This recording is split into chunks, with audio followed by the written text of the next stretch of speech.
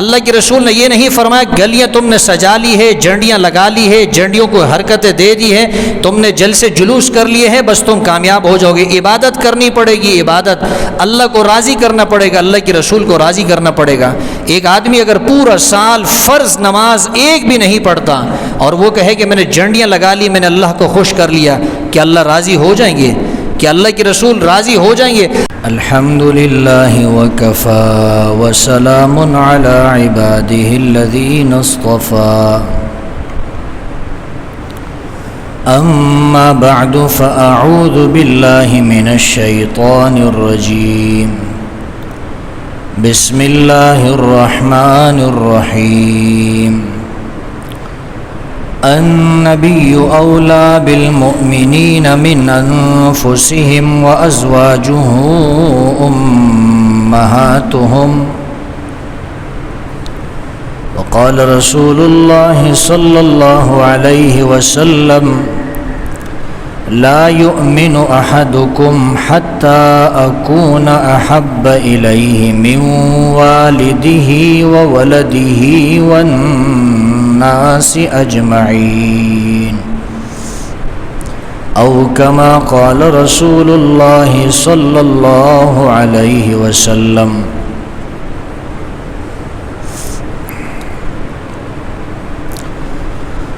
انتہائی واجب الاحترام معزز دوستوں، بھائیوں، بزرگوں اور نوجوان ساتھیوں، یہ ربیع الاول کا مہینہ ہے۔ ویسے تو رسول اللہ صلی اللہ علیہ وسلم کی سیرت کے تذکرے پورا سال ہوا کرتے ہیں، لیکن ربیع الاول کے مہینے میں چونکہ رسول اللہ صلی اللہ علیہ وسلم کی ولادت باسعادت بھی ہوئی ہے اور اسی مہینے کے اندر اللہ کے رسول دنیا سے تشریف بھی لے کر گئے ہیں، اس لیے اس مناسبت سے حضور علیہ السلام کی سیرت پر اس مہینے کے اندر عام مہینوں کے مقابلے میں زیادہ گفتگو کی جاتی ہے، زیادہ سیرت کی کانفرنسیں ہوتی ہے، زیادہ سیرت کے جلسے ہوتے ہیں، اور ہونے بھی چاہیے۔ رسول اللہ صلی اللہ علیہ وسلم کی سیرت بیان بھی ہونی چاہیے، کیونکہ اللہ تبارک و تعالی فرماتے ہیں لَقَدْ كَانَ لَكُمْ فِي رَسُولِ اللَّهِ أُسْوَةٌ حَسَنَةٌ، پیغمبر علیہ السلام کی ذات کے اندر تمہارے لیے بہترین نمونہ ہے۔ اللہ کی رسول ہمارے لیے نمونہ ہے، ہمارے لیے آئیڈیل ہے۔ ہم نے زندگی کیسے گزارنی ہے، ہم نے شادی بیاہ کیسے گزارنی ہے، ہم نے نماز کیسے پڑھنی ہے، عبادات کیسے کرنی ہے، معاملات کیسے کرنے ہیں، اخلاقیات کیسے اختیار کرنے ہیں، معاشرت کیسے اختیار کرنے ہیں، آداب ہمارے کیسے ہونے چاہیے، یہ ساری چیزیں اگر ہمیں ملے گی تو پیغمبر صلی اللہ علیہ وسلم کی سیرت کے اندر ہمیں ملے گی۔ اس لیے پیغمبر علیہ السلام کی سیرت کو پڑھنا بھی چاہیے، پیغمبر علیہ السلام کی سیرت کے جلسے بھی کرنے چاہیے، اور پیغمبر علیہ السلام کی سیرت کو سننا بھی چاہیے۔ اور جب یہ پیغمبر علیہ السلام کی سیرت آپ کی سمجھ میں آ جائے، آپ کے دماغ میں نقش ہو جائے، تو پھر انشاءاللہ اس پر عمل کرنا وہ بھی آسان ہو جائے گا۔ میں نے قرآن کریم کی آیت آپ کے سامنے پڑھی ہے، سورہ احزاب کی آیت ہے۔ اللہ فرماتے ہیں النبی اولی بالمؤمنین من انفسہم، نبی کریم صلی اللہ علیہ وسلم ایمان والوں کو ان کی جانوں سے بھی زیادہ قریب ہیں۔ ہماری جانوں کا ہم پر اتنا حق نہیں جتنا کہ حضور صلی اللہ علیہ وسلم کا ہم پر حق ہے۔ اگر اللہ کے رسول ہمارے پاس دین نہ لے کر آتے، آج پتہ نہیں ہم کن تاریکیوں کے اندر پڑے ہوتے۔ تو پیغمبر علیہ السلام کا ہم پر ہماری جانوں سے بھی زیادہ احسان ہے۔ خود اللہ کے رسول نے ارشاد فرمایا لا یؤمن احدکم حتی اکون احب الیہ من والدہ وولدہ والناس اجمعین، فرمایا کہ تم میں سے کوئی شخص اس وقت تک مومن نہیں ہو سکتا، اس کا ایمان کامل نہیں ہو سکتا، یہاں تک کہ میں اللہ کا رسول اس کو اس کے والد سے، اس کی اولاد سے، اس کی جان سے، تمام لوگوں سے محبوب نہ بن جاؤں۔ جب تک انسان یہ طے نہ کر لے کہ حضور علیہ الصلاۃ والسلام میرے والد سے بھی مجھے زیادہ محبوب ہے، عزیز ہے، میری اولاد سے بھی مجھے زیادہ محبوب ہے، عزیز ہے، میرے رشتہ داروں سے بھی مجھے زیادہ محبوب اور عزیز ہے، میرے دوستوں سے بھی مجھے زیادہ محبوب اور عزیز ہے، بلکہ میری جان سے بھی مجھے زیادہ محبوب اور عزیز ہے۔ جب تک انسان یہ فیصلہ نہیں کرے گا، اللہ کے رسول نے فرمایا ایمان کامل نہیں ہو سکتا۔ ایمان کامل تب ہوگا جب اللہ کے رسول کی محبت دل میں زیادہ ہوگی۔ آپ کے دل میں سوال آ سکتا ہے، ذہن میں سوال پیدا ہو سکتا ہے کہ ہم تو اولاد سے زیادہ محبت کرتے ہیں، بیوی بچوں سے زیادہ محبت کرتے ہیں، ماں باپ سے زیادہ محبت کرتے ہیں، شاید اللہ کے رسول سے ہمیں اتنی محبت نہ ہو۔ بات ایسی نہیں ہے، بلکہ ہم نے جن ایمان والوں کو دیکھا ہے، جن مسلمانوں کو دیکھا ہے، ان کے دلوں کے اندر حضور علیہ الصلاۃ والسلام کی محبت ہر چیز سے بڑھ کر ہے۔ پتہ تب چلتا ہے کہ جب اولاد کی محبت اور نبی کی محبت کا ٹکراؤ ہو جائے۔ ایک طرف نبی کی محبت تقاضا کرتی ہے کہ اولاد کو چھوڑنا ہے، اور دوسری طرف اولاد کی محبت کا تقاضا یہ ہے کہ اللہ کے رسول کو چھوڑنا ہے۔ اس وقت مسلمان آدمی یہ فیصلہ کرتا ہے میں اپنی اولاد کو چھوڑ سکتا ہوں، میں اللہ کے رسول کو نہیں چھوڑ سکتا۔ حضرت عمر رضی اللہ تعالی عنہ خلیفہ ثانی 22 لاکھ مربع میل پر حکومت کرنے والے ہیں۔ نام کیا ہے؟ عمر۔ تو عمر جو ہے، عمر سے اللہ نے اسلام کو عمر بخشی ہے۔ جب حضرت عمر رضی اللہ تعالی عنہ، اللہ نے ان کو، حضرت عمر کو جب اسلام کی توفیق دی، جب حضرت عمر رضی اللہ تعالی عنہ مسلمان ہوئے تو مسلمانوں کے اندر ایک خوشی کی لہر دوڑ گئی، اور پہلے جو چھپ کر نمازیں پڑھتے تھے اب علانیہ طور پہ نمازیں پڑھنا شروع کر دی۔ اس لیے میں اکثر یہ جملہ کہا کرتا ہوں کہ حضرت عمر رضی اللہ تعالی عنہ کو، حضرت عمر رضی اللہ تعالیٰ عنہ کی وجہ سے اللہ نے اسلام کو عمر دی ہے۔ ایک مرتبہ حضرت عمر رضی اللہ تعالیٰ عنہ اللہ کے رسول سے کہنے لگے، اللہ کے رسول آپ مجھے ہر چیز سے زیادہ محبوب ہیں، آپ مجھے میرے والدین سے، میری اولاد سے، میرے مال سے، میری ہر چیز سے آپ مجھے زیادہ محبوب ہیں، سوائے میری جان کے کہ آپ مجھے میری جان سے زیادہ محبوب نہیں ہیں۔ تو اللہ کے رسول نے فرمایا عمر ایمان کامل نہیں ہو سکتا، ایمان کامل تب ہوگا جب میں اللہ کا رسول آپ کو آپ کی جان سے بھی زیادہ محبوب بن جاؤں۔ ایمان کے اندر کمال کب پیدا ہوگا؟ جب آپ یہ فیصلہ کر لو، آپ اپنے دل کے اندر یہ بات طے کر لو کہ نہیں، مجھے میری جان اتنی عزیز نہیں جتنی اللہ کے رسول کی جان مجھے عزیز ہے، تب ایمان کامل ہوگا۔ حضرت عمر سمجھ گئے، فرمانے لگے اللہ کے رسول بات ایسی ہے تو اب تو آپ مجھے میری جان سے بھی زیادہ محبوب بن گئے۔ اور تاریخ نے دیکھا ہے کہ صحابہ کرام نے اللہ کے رسول کے لیے کیسی جو ہے جان کی قربانی دی، مال کی قربانی دی۔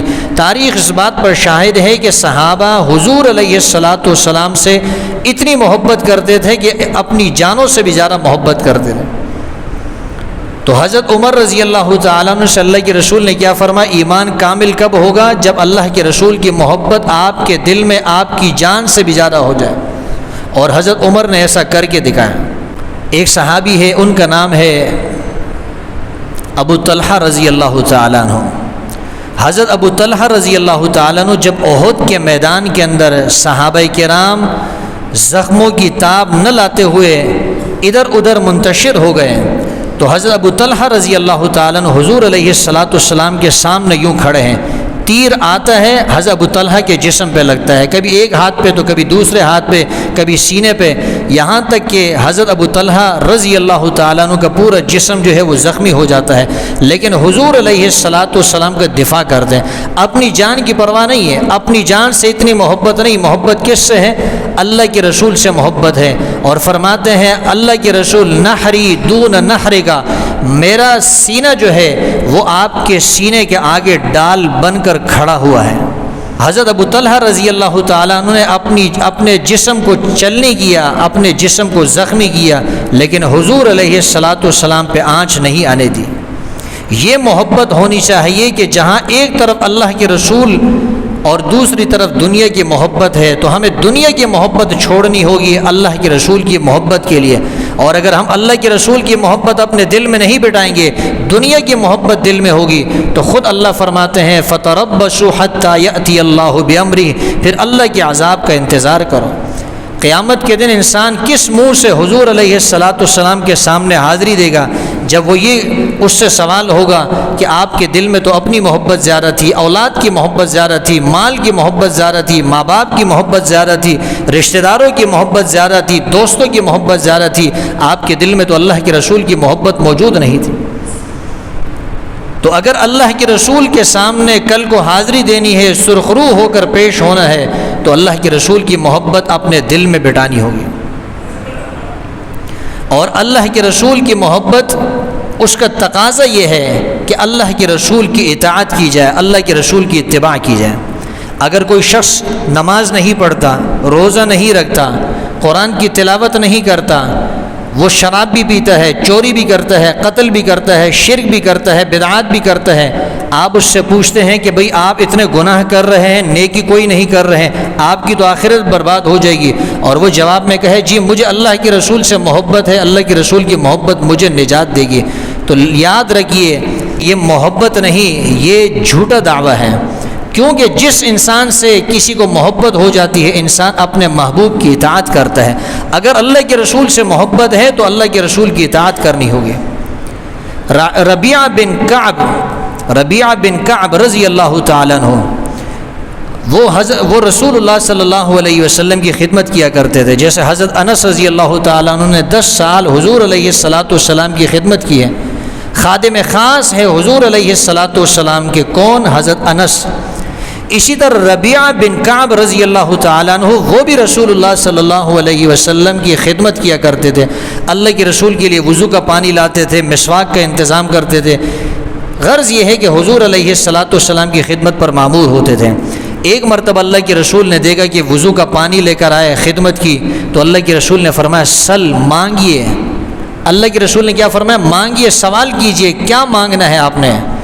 وہ صحابی کہتا ہے، ربیعہ بن کعب کہتے ہیں اللہ کے رسول مرافقتک فی الجنہ، مرافقتک فی الجنہ، کہنے لگا اللہ کے رسول بس جنت میں آپ کی رفاقت چاہیے، جنت میں آپ کی دوستی چاہیے، جنت میں آپ کا ساتھ چاہیے۔ ایمان سے بتائیے، اپنے دل پہ ہاتھ رکھ کے، اگر اللہ کے رسول ہم سے کہہ دیتے کہ بتاؤ تمہیں کیا چاہیے، تم نے بڑی میری خدمت کی ہے، تو ہم کیا کہتے ہیں؟ ہم تو یہ کہتے ہیں اللہ کے رسول دعا کیجئے ہماری بیٹیوں کی اچھی جگہ شادیاں ہو جائے، ہمیں گاڑیاں مل جائے، بینک بیلنس مل جائے، ہمیں جو ہے دنیا کی ہر راحت مل جائے، سکون مل جائے۔ ہم دنیا کی چیزیں مانگتے ہیں، لیکن وہ تو صحابی ہے نا، کس کا تربیت یافتہ ہے؟ محمد عربی صلی اللہ علیہ وسلم کا تربیت یافتہ ہے۔ محمد الرسول اللہ صلی اللہ علیہ وسلم نے دل کو صاف کر دیا ہے، دل سے دنیا کی محبت ختم کر دی ہے۔ وہ فرماتے ہیں مرافقتک فی الجنہ، اللہ کے رسول دنیا کی کوئی چیز نہیں چاہیے، بس جنت میں آپ کا قرب چاہیے، آپ کی رفاقت چاہیے، آپ کی صحبت چاہیے۔ اللہ کے رسول نے فرمایا اور کچھ مانگو، اور کچھ اگر چاہیے، کہنے لگا نہیں اللہ کے رسول بس مجھے یہی چاہیے۔ تو حضور علیہ السلام نے فرمایا اعنی بکثرت السجود، اعنی علی نفسک بکثرت السجود۔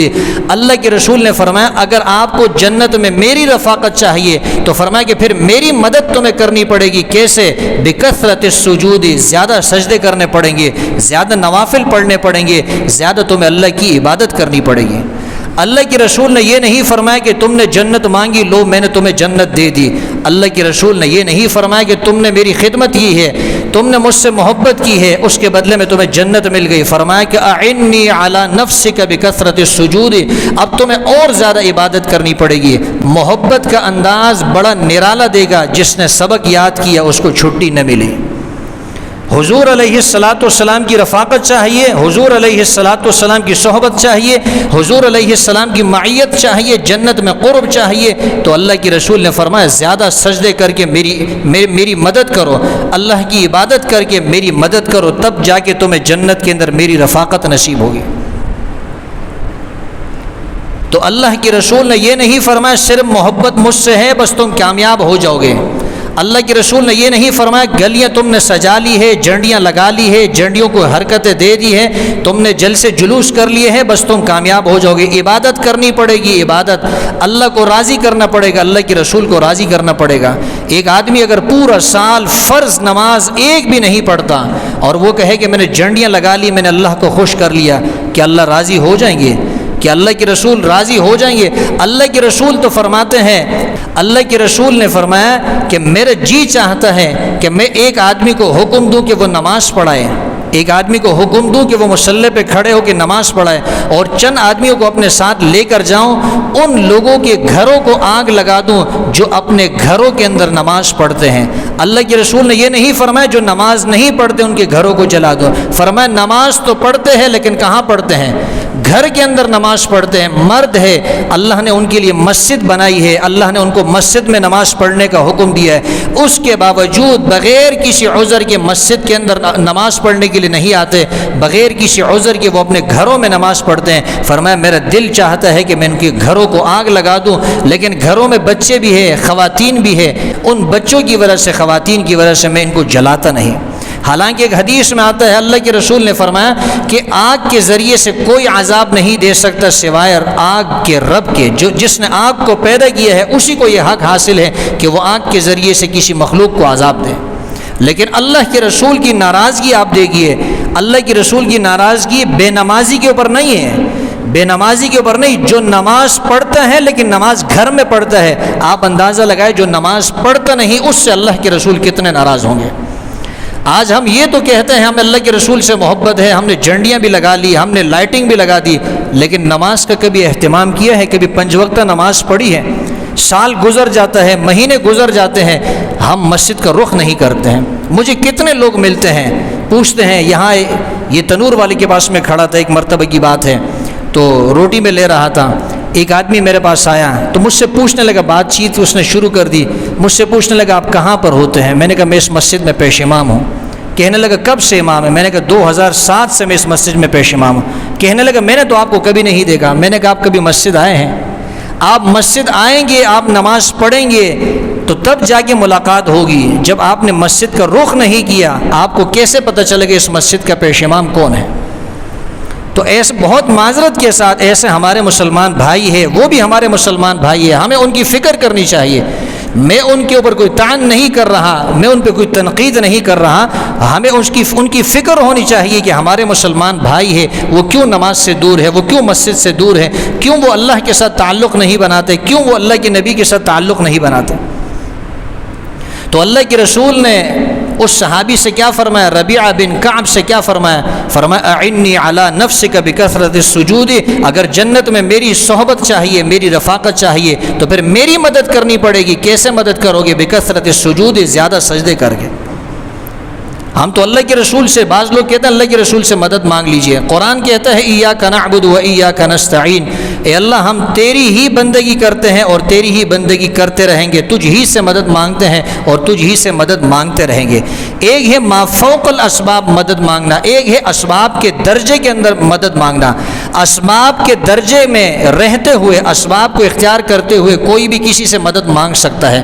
میں آپ سے کہتا ہوں بھائی پانی مجھے پلا دے، کھانا کھلا دے، یہ چیز مجھے دے دے، میری مدد کر دے، مجھے سواری کے اوپر بٹھا دے، مجھے یہاں سے وہاں تک منتقل کر دے، لے کے جائے، یہ مدد اسباب کے درجے میں ہے۔ یہ تو آپ کسی سے بھی مانگ سکتے ہیں، لیکن اسباب جہاں ختم ہو جائے وہاں آپ نے مدد کس سے مانگنی ہے؟ صرف اور صرف اللہ سے مدد مانگنی ہے۔ وہاں حضور علیہ الصلاۃ والسلام بھی فرمایا کرتے تھے ایاک نعبد و ایاک نستعین، اے اللہ تجھ ہی سے مدد مانگتے ہیں اور تجھ ہی سے مدد مانگتے رہیں گے۔ تو بہرحال حضور علیہ الصلاۃ والسلام نے ہمیں یہ سبق دے دیا کہ صرف محبت پر اکتفا نہیں کرنا، صرف محبت کا دعویٰ نہیں کرنا، میری اتباع کرنی پڑے گی۔ اور صحابہ کرام میں یہ جذبہ تھا۔